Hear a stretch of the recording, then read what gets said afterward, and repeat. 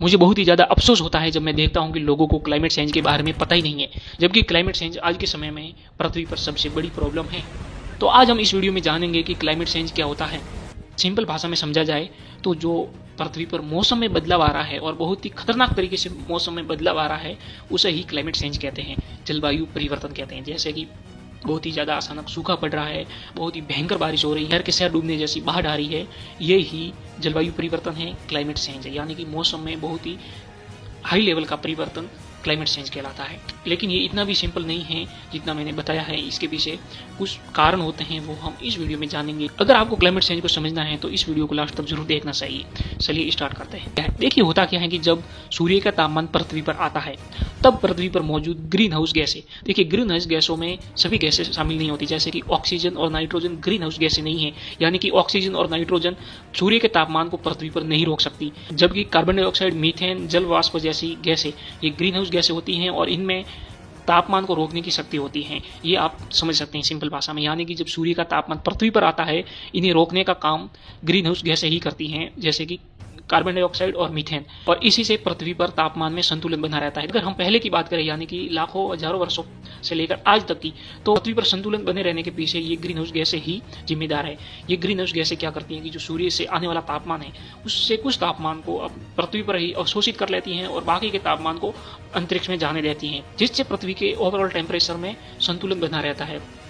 देखिए अगर carbon dioxide जैसी गैसें पृथ्वी पर नहीं होती तो पृथ्वी पर बहुत ही भयंकर ठंड पड़ती या फिर पूरी पृथ्वी बर्फ से ढकी रहती, जिससे यहाँ पर जीवन संभव नहीं हो पाता। इसका मतलब ये है कि हम ये कहते हैं कि ऑक्सीजन हमारे लिए बहुत ही जरूरी है, लेकिन ऑक्सीजन के साथ ग्रीन हाउस गैसें भी बहुत ही जरूरी है, जैसे कार्बन डाइऑक्साइड, मीथेन, क्योंकि इनकी वजह से ही पृथ्वी पर जीवन संभव हो पाया है, क्योंकि इनकी वजह से ही तापमान में संतुलन बना रहता है, इतनी भयंकर ठंड नहीं रहती, बर्फ नहीं जमता, ओवरऑल टेम्परेचर सही यानी संतुलन बना रहता है।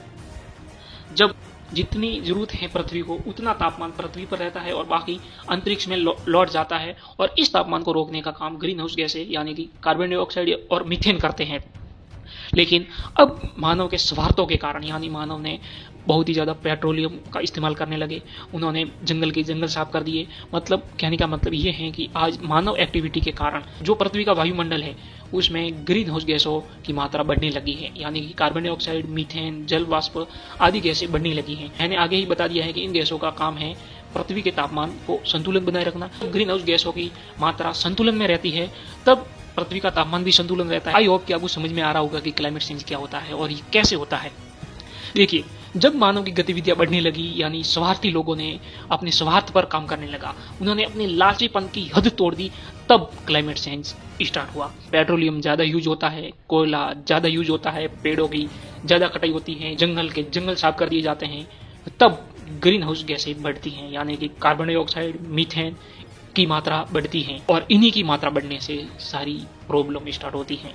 देखिए जब सूर्य का तापमान धरती की सतह पर टकराएगा और पृथ्वी के वायुमंडल में ग्रीन हाउस गैसों की मात्रा अधिक है, तो सूर्य से आने वाले तापमान पृथ्वी पर ज्यादा रुकेगा, और पृथ्वी पर सूर्य के तापमान का ज्यादा मात्रा में रुकना ही ग्लोबल वार्मिंग का एक कारण बनता है। यानी कि सूर्य का तापमान अंतरिक्ष में वापस नहीं जाएगा, तब पृथ्वी पर गर्मी बढ़ने लगती है, पृथ्वी का ओवरऑल टेम्परेचर बढ़ने लगता है, यानी कि एक ग्लोबल वार्मिंग की सिचुएशन क्रिएट होती है। हम पहले ही जान चुके हैं कि जो ग्रीन हाउस गैसें होती हैं वो तापमान को अवशोषित करने का काम करती हैं, और मानव गतिविधियों के कारण जब इन ग्रीन हाउस गैसों की मात्रा ही बढ़ गई, तब सूर्य से आने वाले तापमान को ये ग्रीन हाउस गैसें अधिक रोक पाएंगी। कि जब ग्रीन हाउस गैसों की मात्रा बढ़ती है तब पृथ्वी पर तापमान बढ़ता है, यानी कि तब ग्लोबल वार्मिंग होती है, और ग्लोबल वार्मिंग ही क्लाइमेट चेंज का रूट है। यानी कि ग्लोबल वार्मिंग से ही क्लाइमेट चेंज स्टार्ट होता है।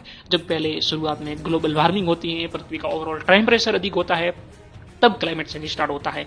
और ये सब होता है मानव के स्वार्थी कारणों के कारण। जब मानव स्वार्थी बना तब ये क्लाइमेट चेंज जैसी प्रॉब्लम हमारे सामने आई। मानव के स्वार्थी और लालचीपन के कारण ही पृथ्वी इतने भयानक तबाही के सामने खड़ी है।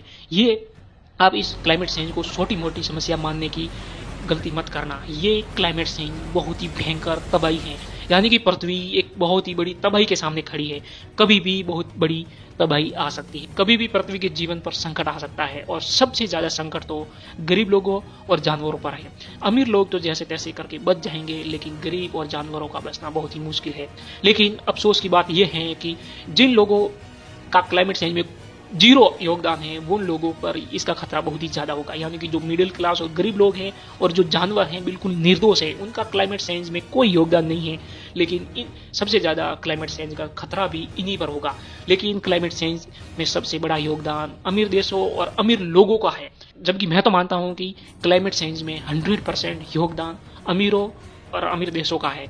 अमीर लोगों के कारण ही, अमीर लोगों के स्वार्थ ने ही जंगल साफ कर दिए, इतना ज्यादा पेट्रोलियम यूज कर लिया, इतना ज्यादा कोयला इत्यादि यूज कर लिया, जिससे ये क्लाइमेट चेंज हो रहा है। क्योंकि जो अमीरों की गतिविधियां हैं, अमीर लोग जैसा काम करते हैं, उन्हीं के कारण ग्रीन हाउस गैसों की मात्रा बढ़ती है, जबकि गरीबों के ऐसे कार्य नहीं होते जिससे ग्रीन हाउस गैसें बढ़ती हैं। गरीबों का योगदान अगर है भी तो 1% है, जबकि 99% योगदान अमीरों का है।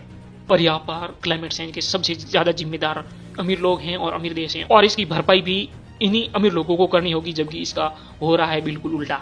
अमीर लोग और भी ज्यादा अपने स्वार्थ पूर्ति में लगे हुए हैं, वो और भी ज्यादा ग्रीन हाउस गैसों को बढ़ाने में अपना योगदान दे रहे हैं, जिससे क्लाइमेट चेंज बहुत ही प्रभावी रूप ले रहा है अपना। आने वाले समय में क्लाइमेट चेंज पृथ्वी पर बहुत ही घातक सिद्ध होगा।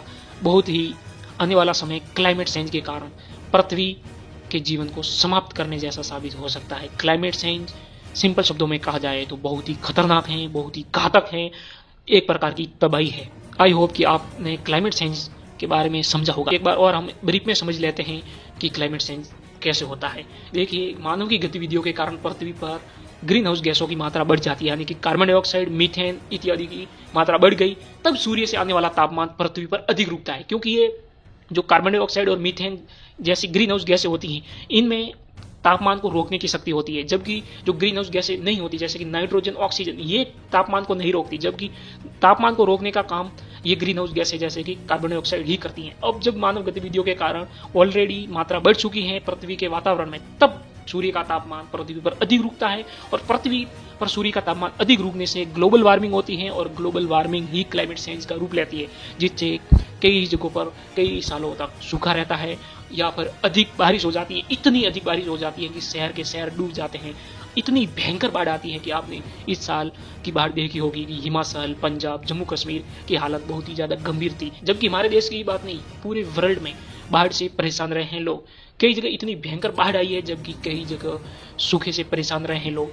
तब ये है कि climate change extreme weather event होंगे, यानी कि कहीं बहुत ही ज्यादा बारिश हो रही है, कहीं पर बिल्कुल ही सूखा पड़ रहा है, तो कहीं पर बहुत ही ज्यादा भयंकर बाढ़ आ गई है। और ग्लेशियर तो अलग से पिघल ही रहे हैं। जब तापमान बढ़ेगा तब ग्लेशियर तो पिघलना स्वाभाविक है, और जब ग्लेशियर पिघलेंगे तब समुद्रों का जल स्तर बढ़ेगा, और जब समुद्रों का जल स्तर बढ़ेगा तब जो तटीय क्षेत्र हैं, जो मालदीव जैसे देश हैं, मुंबई जैसे शहर हैं, गोवा जैसा राज्य है, इन पर सबसे पहले संकट मंडराएगा। यानी कि जब समुद्र का जल स्तर बढ़ेगा तब जो तटीय इलाके हैं वो पानी में डूबने की संभावना होगी, और आने वाले 50 ईयर्स में ये बहुत ही ज्यादा संभावना होगी कि जो बिल्कुल तटीय शहर है वो बिल्कुल ही पानी में डूब जाए। क्लाइमेट चेंज से समुद्र का जल स्तर ऊपर उठा, ग्लेशियर पिघले से समुद्र का जल स्तर ऊपर उठा, और समुद्र के जल स्तर ऊपर उठने से जो तटीय क्षेत्र हैं वो पानी में जलमग्न होने लगे हैं।